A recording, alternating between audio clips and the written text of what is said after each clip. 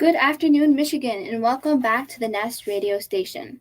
I'm your host, Sarah Amin. Today we have a very special live broadcast for you.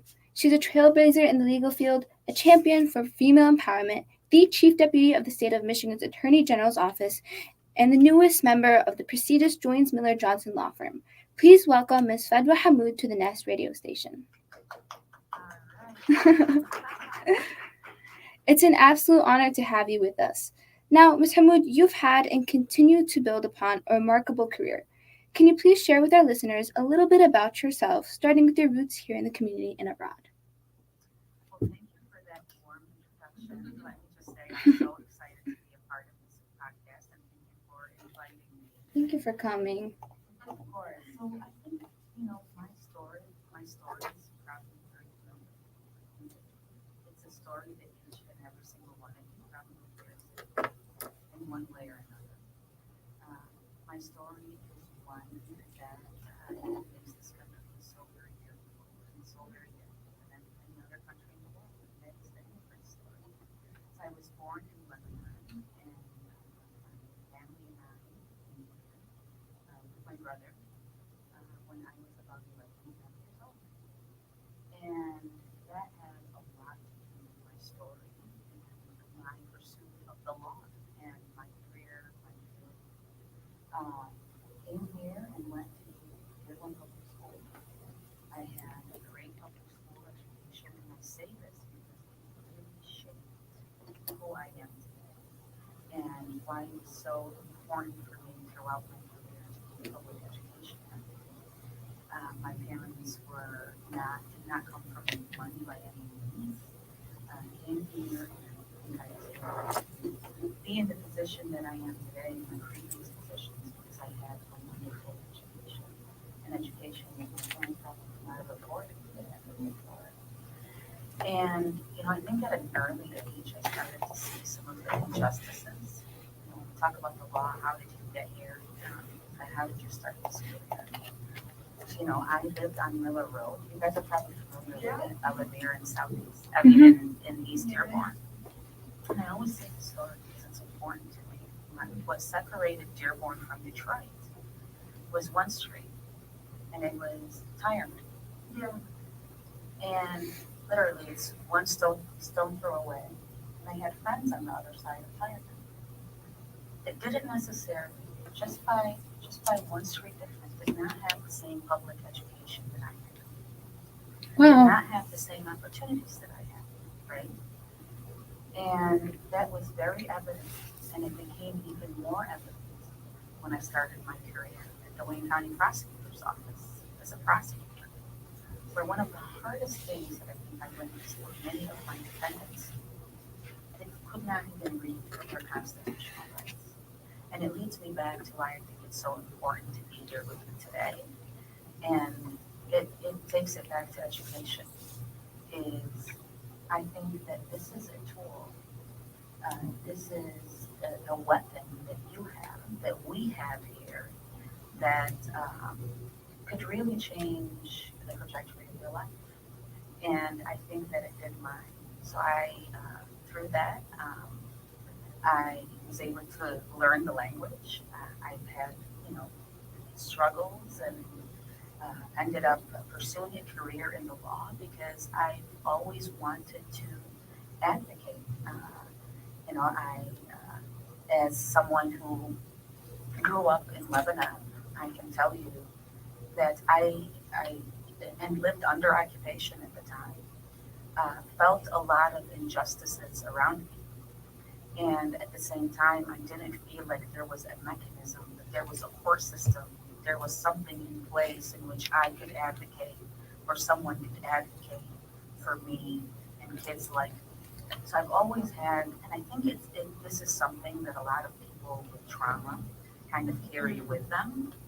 I think that many of our parents that really came from war or occupied countries carry that trauma with them. So we always have this fight in us to make things better, to speak on behalf of people that can't speak for themselves. And that's something that I wanted to carry through and really pursue in my career, which led me to my career at Wayne County Prosecutor's Office, which I would love to tell you guys about too, hopefully during this podcast.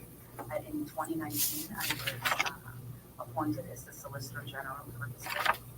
And then after that, I served in my current role right now, which I will have until March 8th, as the Chief Deputy Attorney General for the state. And that has just been an honor.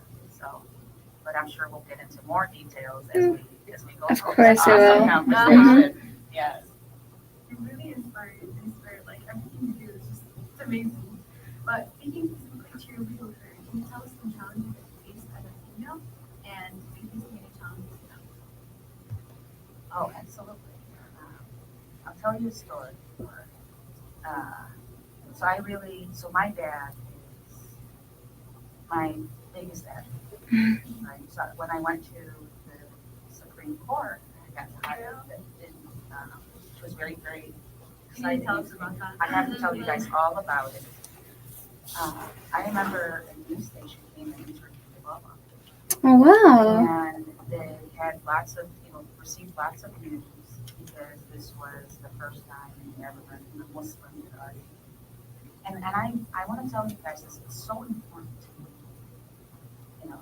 that we start breaking that phrase, that we start breaking that trend. I'm sick and tired of the first. Yeah. We want to make this more. When I took this job, I remember my husband, Ryan, who's also my greatest ally. I told him, listen, we're in this together. Because as a woman, when you're taking a position like this, you have to have a team around you. And that's a struggle. Like when we talk about different struggles in the career, you really need allies around you to understand, especially when we are going into institutions that for for a long period of time, we really didn't belong. It has to be a village, right?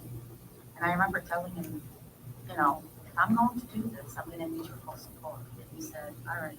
And I told you guys about my daughter, Julia, earlier, and how we went on there. And he said,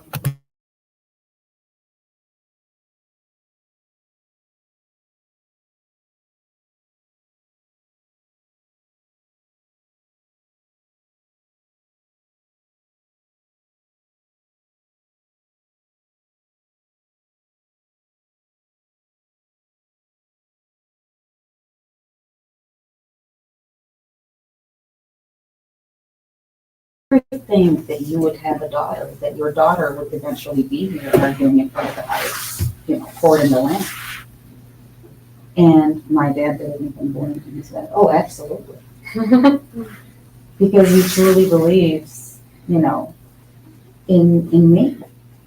And that I think I have carried with me, when people around us, when we empower each other, when we say this is the norm, it becomes within reach. Mm-hmm.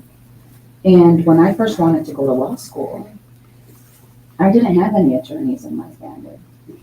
I didn't have any connections or, didn't know someone that I could talk to. And I remember my dad had found someone and he had asked if that person would meet with him and I. And this person was an attorney. And I said, so excited, Bob was taking me to meet someone. I couldn't wait, right? I couldn't wait to talk to someone who's in this field and I really wanted to be. And this man said, what do you plan on doing? I said, I'm going to be an attorney. And I don't know any attorneys. I'm so excited to be here. My dad was with me. And this man looked at my father and he told him, if your daughter wants to have a family one day, she really should choose another career. Oh my God. And that was, imagine being so excited to meet with someone. Yes. And regardless, the only thing I'll say about this story is that my father looked at me while this man was in our presence. He said, foo-foo, because that's what my dad calls me. So cute. He calls me that. And some judges called me that too. She's very good. But he said, throughout your career, throughout your life, many people are going to throw bricks at you. Make sure you take those and you continue to build a solid foundation with those bricks that they throw at you. So, being in this field, many people would would think, should a woman really do a job like this? I'll tell you, one of my first days, even at the Attorney General's office, I'd be in a lot of meetings. And my male colleagues would not address me. They would address someone else who happens to be an older male. And then I learned to stand up for myself. Then I learned to call it out. Mm-hmm. Then I learned to tell people in meetings, do I make you uncomfortable? Because if I do, I'll replace you by somebody else to make sure that you are comfortable. But at the same time, to build those relationships and to be patient, right? And to understand that every single road is going to be challenging in one way or another. But I think it makes it so much easier to know that we're in this together. Mm-hmm. And even though I didn't have that support in the beginning, I'll tell you that as a woman, I have been throughout my career uplifted and surrounded by amazing women who have really made my achievement a collective one and not one alone, right? Because empowered women empower women. And I think that once we have this coalition, we can move past that exception. We can move past that, oh, she's an exception. Can we really do this? Mm-hmm. And that's when we start making the norm. I'm really glad you proved those people wrong. That was your empowered women, empowered women. I love that phrase. Did what he tell you? Did the attorney that you had met? Did what he tell you inspire you to keep going, to prove him wrong? Honestly, at first I remember feeling very defeated, mm-hmm. right? Naturally, of course. But that's why it was important that I had a male ally next to me, like my father. And that's why we really need each other to pick each other up. We're all human. We're going to have those moments where we're going to break down, right? I have those moments all the time till today. Always. Am I doing enough? Am I reading with Hattie and Julia enough? Am I playing with them enough? Am I doing enough for my colleagues at work? Am I reading every single case that I can? And at the end of the day, I can go to sleep at night every day knowing that I'm trying, right? Mm-hmm. But I'm not trying mediocre. I know that I'm trying. And I know, and I've proven to myself time and time again that once I do that, once I give my all to something, no matter what the consequences are, I'm good with it. It's a great way to live. Yeah, honestly. Your hard work is really admirable. Thank you for sharing. Now, could you share some of the strategies that you've implemented to promote female empowerment within the legal profession?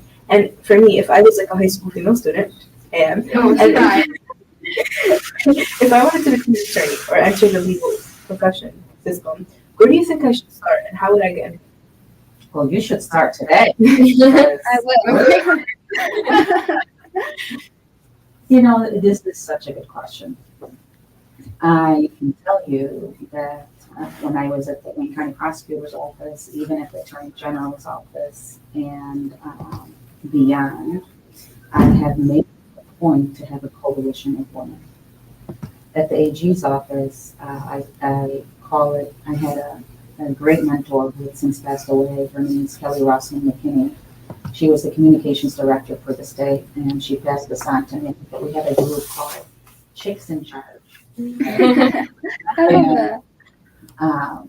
I was at the Wayne County Prosecutor's Office, we had the same concept, is that we would find each other, especially Arab American women, mm-hmm. right? Especially Arab American Muslim women. Is as soon as we found each other, it was like laser focused in the hallway. And I'm still like that. When I look at application of who's applying to the office, when I look at people looking for internships, you best believe that's the first place that my eyes are going to go. Because it is so important, again, that once one of us is somewhere in an institution, that we have to kick that door wide open, right? Mm-hmm. And make that ceiling the new floor. And so I think being surrounded by a coalition of women, and not necessarily just Arab American women, I'll tell you, to answer your question, when I first met Kim Worthy, Prosecutor Kim Worthy, I remember being at an event. It was a Martin Luther King event. And I like to say the story because I really hope that it resonates and that you take that, you know, each and every single one of you can take something away from it because, well, I'll just tell the story. So I was at an event, and this is prior to law school, right? Sorry, I wasn't in law school yet. You guys are not in law school yet. No, we're But still in some high of us school. are in law school today. In the fall, hopefully. Inshallah. So it was a Martin Luther King event, and now this is after that attorney, the story that I told you. And I saw this woman of color, prosecutor Worthy, a strong Black woman who is one of the strongest attorneys, one of the first women of color to be elected prosecutor. And I felt like just by who she was, being a white woman, being a woman of color, I felt like her office was within reach, right? I felt like I can talk to her. And that's the power of when we talk about the importance of diversity and inclusion, is that you feel if Fadwa is at the Attorney General's office, that institution welcomes me.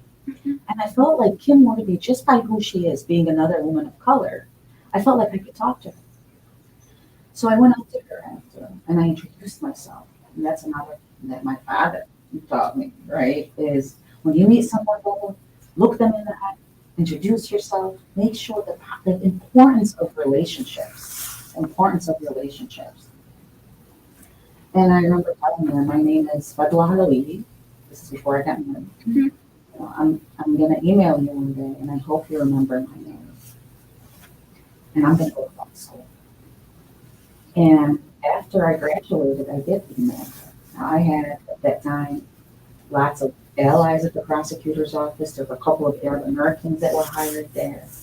And I emailed her. I said, my name is Fadwa Hammoud. I hope you remember my name. And she did. Oh my God. And she invited me to her office. And I remember my first meeting with her, first conversation. And she said, well, why do you want to work for the government? And this is just me meeting with her. I just asked, let me sit down with you. But I just, finished law school to take my bar exam. She said, well, why would you want to work for the government? And I said, I am so sick and tired of protesting you from the outside that I really would like to make things, I'd like to make some changes from the inside. Mm-hmm. I remember leaving that meeting thinking, what did you do? Why did you say that? Are you ever going to the Lincoln County Prosecutor's Office? And she hired me. And she hired me before I got my P number, before I actually became an attorney. Wow. And it was because it was yet another woman of color who believed in me. Mm-hmm. And that was just so important to me and has really impacted my career in so many positive ways.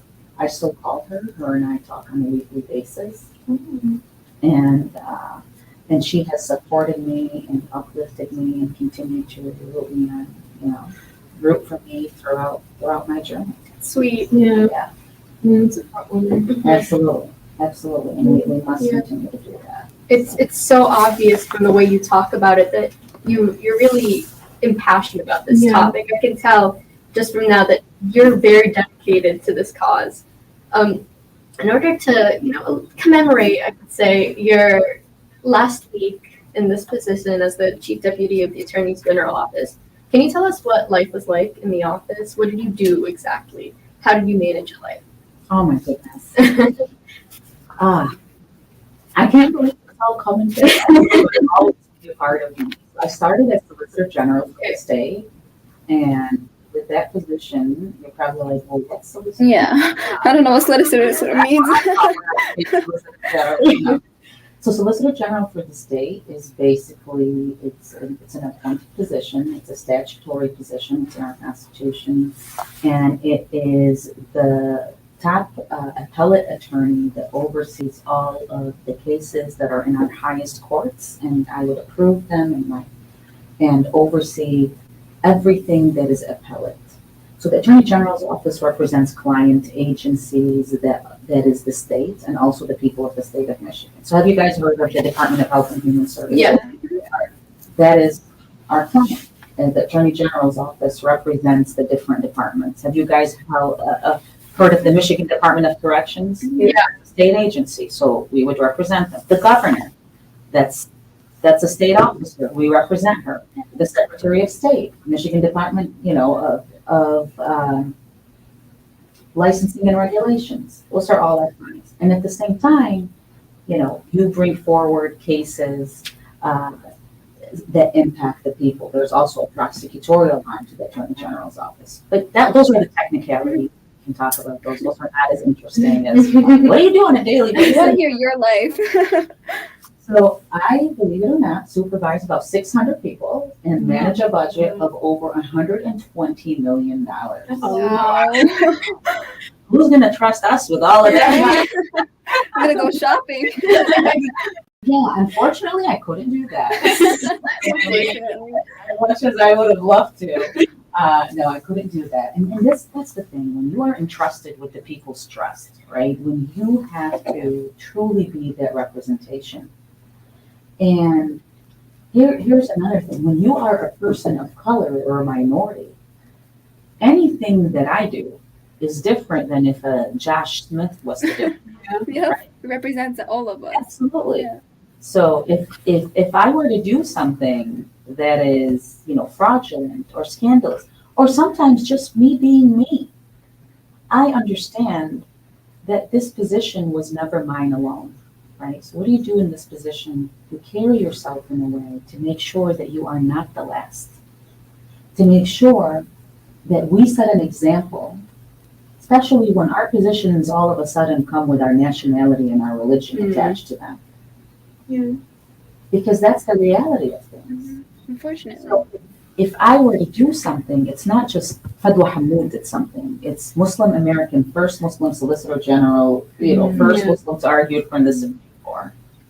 And with that came, I'll tell you, as exciting as that was, my God, when I first got this position, how many letters I received from people across the country that were threatening. I mean, there were a couple of times where I did have to have, the state would send security outside of my house. It's not something that I would even share with my family when they were out there, because I didn't want my kids to be scared. I didn't want, my parents to be scared.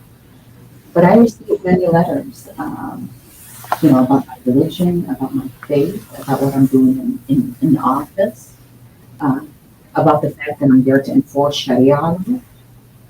And I heard this joke one time, so I use it, is, if I'm enforcing anything, it's shawarma law. And it got so much better when I started. Who doesn't love shawarma? Exactly. So it did come, it does come with its challenges. Even when I went to the United States Supreme Court, I think that was such an exciting experience for me. When I was there at the hotel, a group of Somalian women, all wearing the hijab, came and found me. And they had lived in DC for so long. And they're like, we heard that you're here because it had made the news there. And they said, we feel like this building, the Supreme Court building, is our building. And they rooted me on and supported me. And at the same time, there was an individual, when I finished my argument, and it was during COVID, so my family couldn't go in there. They were in DC. They surprised me there. I didn't know that my family was there. And they went to surprise me. So I'm doing this argument. And as soon as I finish my argument, I'm literally being carried away by security. And I was so confused. What's happening? They're rushing me out of there. And security's grabbing me to take me out the building. And I see my family, and I see the Attorney General, and I see my colleagues, and everybody is scared and terrified. And there was actually a man from Michigan who found out that I'm going to be in the building and went there, and there was a bomb threat at the building that I was in. Oh my God. Oh. Yeah. And we don't talk about that really often because it's so important for this process to happen, because until we continue going through and not giving up on this and not being discouraged, we're never going to get to the norm. Mhm. So it's so important to me that you don't take that away from the story. It is the girls from all over the country that really felt like they too can, or that they belonged, right? Or you know, certain letters. I got a letter from a woman in New York whose family, doesn't talk to her um, because she has a child from, and she ended up marrying a Middle Eastern man. I don't know her, but she wrote me a letter. She sent me a picture of her daughter, and her parents were very racist against Muslims. And she sent me a picture of my article clipping, and she sent her parents who don't talk to her because her daughter's a Muslim. She sent them a note, I hope my daughter grows up to be like the Muslims in this country. Those are the stories that you take away.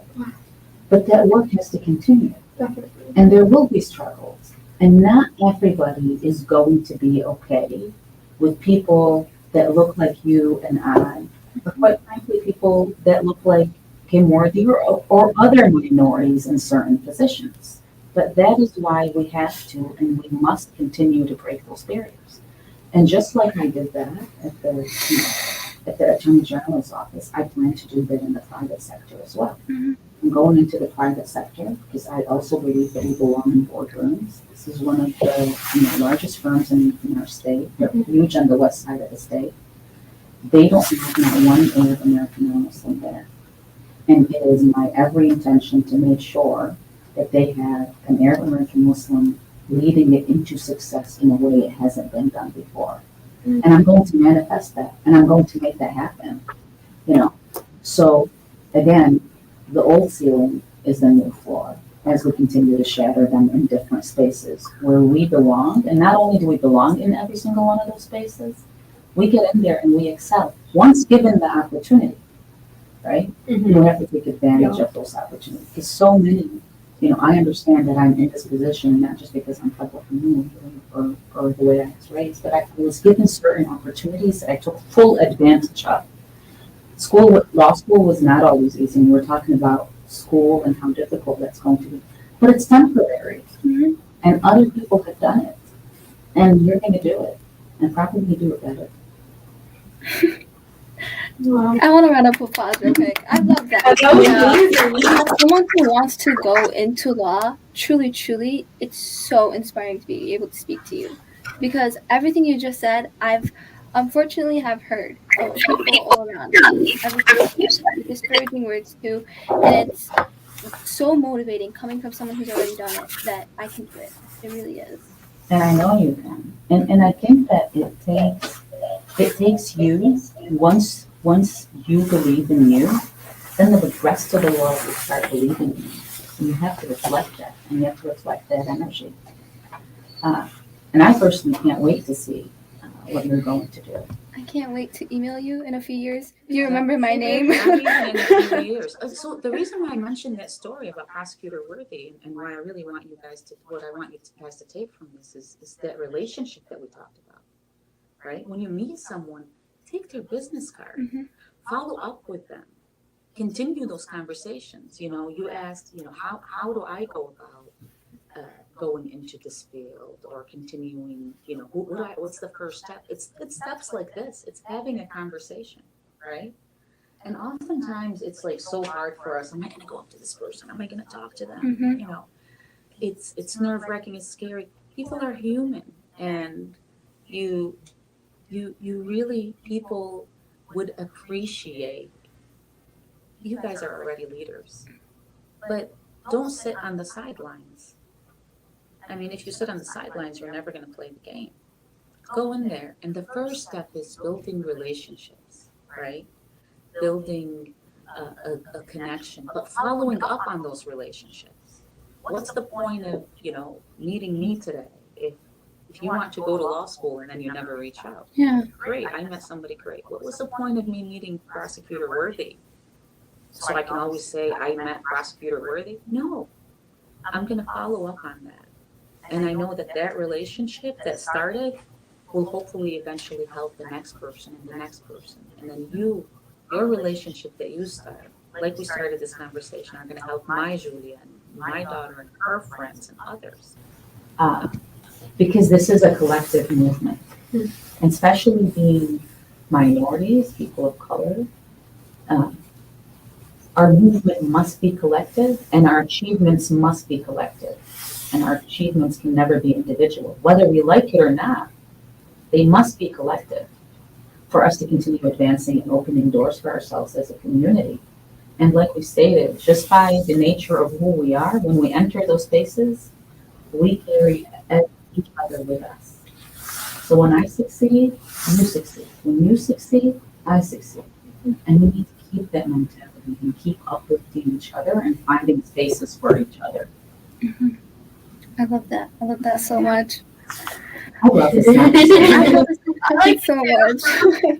I hope you brought business cards with you because I will be sure to take So I have old business cards, but because I'm moving jobs, I'm going to be starting at Miller Johnson, but that doesn't matter because I am going to give you my contact information. Perfect. Anyways, I'll and you'll call have you every awesome people in the room here that know how to get a hold of me.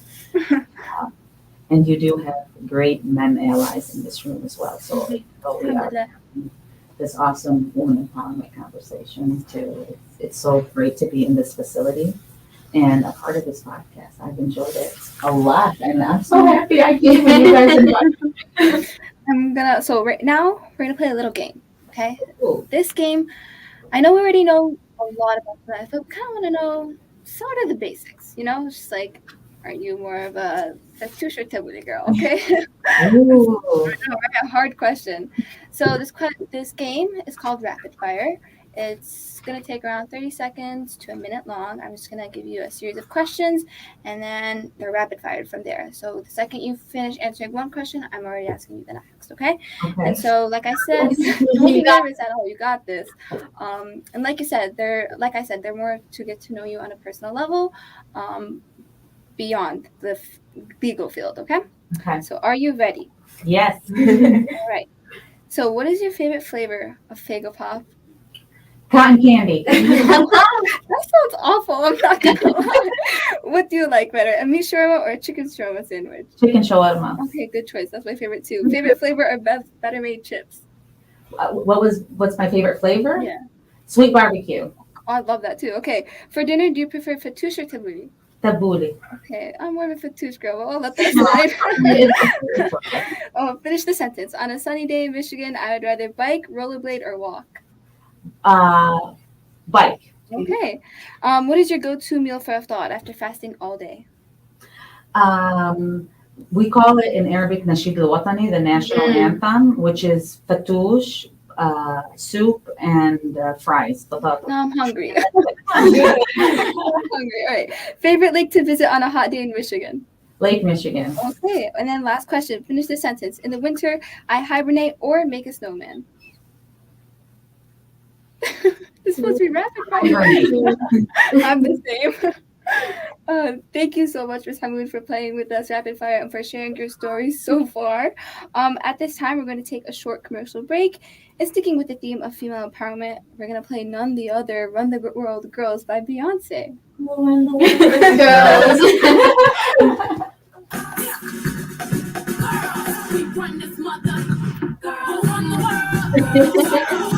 I love your energy.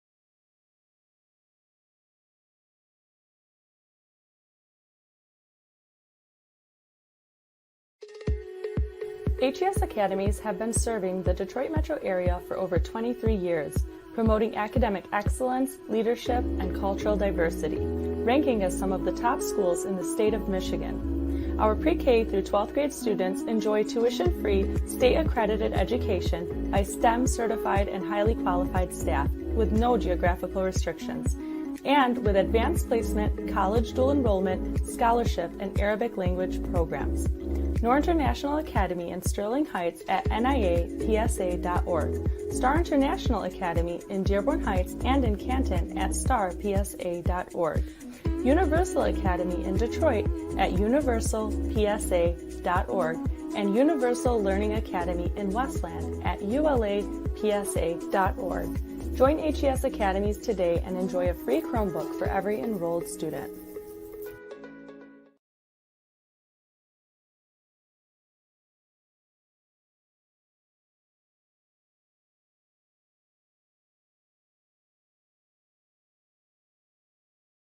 Like 20 missed calls from my siblings. Someone was not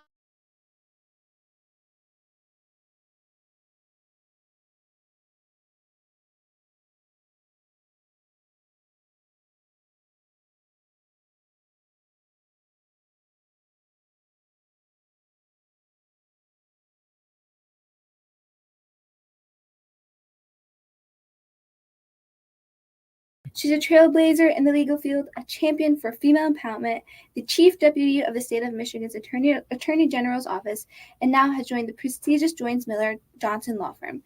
Please welcome Ms. Fadwa Hammoud. Let's get right back into it. All right. So, building up from your previous answers, and you talked about how scary it can be, but how can we encourage women to pursue careers that are traditionally male dominated? I think we lead by example is one, right? Is that we start this process of making it the norm. And we continue to make sure that we don't allow in our presence change, right? And I think that that's something that we see a lot. Sometimes, we hear these comments not just from, our male counterparts. And I think that we have to be each other's advocates in many of these spaces. That it starts on a personal level. That when somebody is going to do something that may hurt the overall mission, which is woman empowerment, Of course. if that's what, then we have to be the first to stand up and speak up again about that, right? And then also to have each other's backs. And we can have each other's backs in different spaces, not just in standing up for each other, but just in the simple things. Sometimes it's helping your friend write a personal statement, right? Or editing it for her. Knowing that somebody else's success is not going to take away from your own individual success. So I think being there for each other in those ways is definitely the first step. Mm-hmm. And then the second step is also to make sure that we can continue to kick those doors open, but not just kick them open and then get in and then stay there alone. Yeah. But make sure that we continue to bring others in when we have those opportunities. These points are obviously very important. As a female in the legal field, what policy changes do you believe are necessary to promote gender equality in society? And what could we, as young females, do to bring society a step closer to this equality? So I think that, even though we have come a long way, I think that we still have a long way to go, right? Even when we think about affordable housing and some of the laws around there, the majority of individuals right now who are homeless, who can't afford housing, unfortunately happen to be single mothers because of that financial strain as well, and really single mothers and mothers of color. So I think that within our policies, we have to start thinking about what equates affordable, right? What's affordable to me is not necessarily affordable to my friend that lives in another zip code that lives so close. Mm-hmm. So I think that that's we can have a long conversation and discussion as to all the policies, because I have plenty that I would absolutely like to change, right? But that's one simple example. But I think, in terms of not just policies, but how we view people into these positions, it goes back to some of the same things that we talked about, to make sure that women are in boardrooms where they haven't belonged, right? That women can be the heads of institutions, but women can be mothers and do that, right? Mhm. People ask me, I had the most horrible comment made to me one day. They're like, do you ever want to take a break and be a mom? No. And I was so offended by that. Yeah. Because part of what I think makes me part of my motherhood, part of me being a mom, my career, my job, that's how I choose to raise my kids, right? My kids know about those injustices that are happening around the world. That's part of my parenting. My kids are my advocate. When I have a meeting and I want to prepare for it, Patty and Julia are right there. And I tell you what, when I went to the Supreme Court, it was some very complicated issues. My kids knew what the sticky notes on the wall said when we practiced. They helped me with every single one of that. So it's that woman shaming, right? Mhm. And I think that it's very, very, very, very important that we kind of break that barrier. Mhm. When I applied for an appointment for the Board of Trustees in Dearborn Board of Education. And again, I know I keep saying Julia uh, because it's woman empowerment, right? But I do believe that we should also raise our sons the way we raise our daughters in many ways, and to empower each other, Definitely. right? Like if Julia and I are cleaning, you best believe Patty is helping us, Mhm. right? If we are putting, our plate, Hattie is helping us, just like how our lady is helping us. That's what I mean about that. But now I lost my train of thought about what I was saying about Julia. But yeah, I mean, every step of the way in my parenting is them being with me throughout this process. And we want to see the best for our kids. But I think part of it is we also should be able to show, especially as mothers, we should be able to show our daughters what the norm is and what they're capable of doing. And that is something to be uplifted. And I think that we can continue to uplift that once we have this alliance. It goes back to what your husband said. You can either tell them or show them. Absolutely. You're showing them right Lead now. by example. Yeah. And I think Julia is probably the luckiest girl in the world to have you as her mother, as someone as successful, as impactful as you. Wow. Mhm. It's important to have a good role model, and she has one in the house. Yeah. Yeah, and we have so many amazing role models in our community, right? And our Julia is so lucky because she's also going to have you guys to look up to. That's We sweet. need to have that going because that's what it's about, right? It is a critical stage for us to continue to empower each other and to continue to push each other into spaces where we have felt like we don't belong. And especially now more than ever with everything that's happening around the world, we have to be laser focused on collective success and achievement.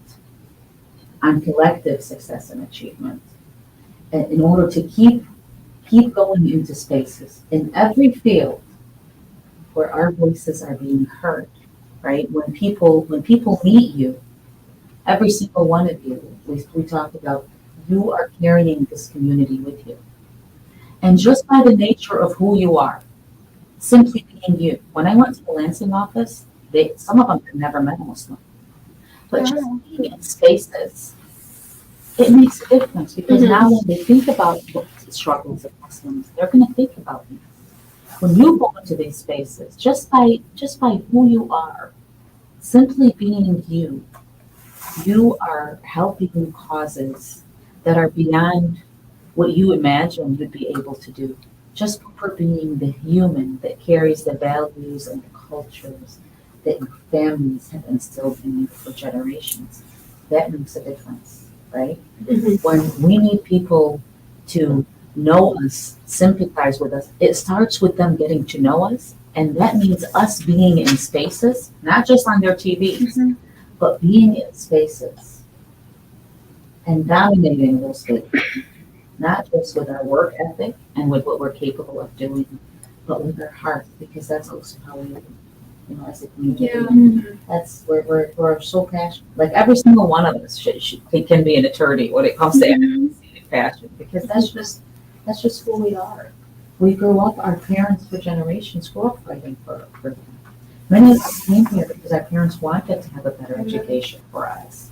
They have been our attorneys, they have been our counselors, our advocates in ways that even without a degree. If they had the same opportunities, I'm sure if my father had the same opportunities that I have, he can be president. Without a doubt. Right, so we have to take advantage of these opportunities that we have right now. That was beautifully said. I feel like I should be writing this down and taking it. Do you have any final thoughts or last minute advice you want to give us? Continue to be who you are in these spaces that you enter, right? And continue to carry your identity where you go. When I go to rooms, I make sure I say my name is Fadwa, not Fadwa. I want people to know who I am. Be proud of who you are. Be proud of all that you are and what you have to bring. And you must advocate for yourself and believe in yourself. And again, the rest of the world will believe in you. But it has to start with you. And we have to continue to build this alliance, especially this alliance of amazing women, and that I think together we can achieve so much. And if there's anything that gives me hope for the future, not just to change the policies that would eventually affect gender equality and others, I think if anything gives me hope, period, with everything that's happening, it is young people like you that I know are going to enter into fields and really continue to advocate for those of us and for those individuals that need it most, right? That is advocacy on behalf of those that have the least amongst us, on behalf of those marginalized communities that need a voice, both here and abroad. So you give me hope, because you truly are the future. And I am very proud to live, especially after meeting you guys, but with amazing young people across our state and across our country that continue to stand up for all the right things. I am very proud to live, at least here in this state and in this city, where there are amazing young women attorneys like you who are going to run the world. Run the world. We cannot take complete credit. We have amazing role models like you, truly. As much as you say that the youth, it's in the hands of the youth, it's really, we would be nothing without people You like guys you. are everything, right? But I think what we can do is uplift each other, right? And when you guys succeed, I succeed. When you guys do great in your fields, it's going to reflect on me. It's going to reflect on every other person in this room, every other person in this building, in your communities. So I just want you to know that we continue to carry each other in those spaces. When I was at the Attorney General's office, I always said, this position is not mine. This is my community's position. And this was your position. So even if we didn't know each other, you were with me in those spaces, whether you liked it or not, right? And even in my new journey in Miller Johnson, which I'm so very excited about, you will be with me, whether you like it or not. And I know in the journeys that you will take, I will be with you. And I know I will like it. Because I'm excited for all the amazing things that you guys are going to continue to do and do together. Beautifully spoken, truly beautifully spoken. Thank you so much, Fadwa Hammoud, for sharing your insights and experiences with us today. It's been an absolute privilege having you on the show. And to all our listeners out there, if you could take one thing from Ms. Hammoud, is that you can do it. Okay? Thank you for tuning in, and remember, together we can make a difference. Stay tuned for more empowering conversations right here on the Nest radio station. This is Sarah Amin signing off. All right.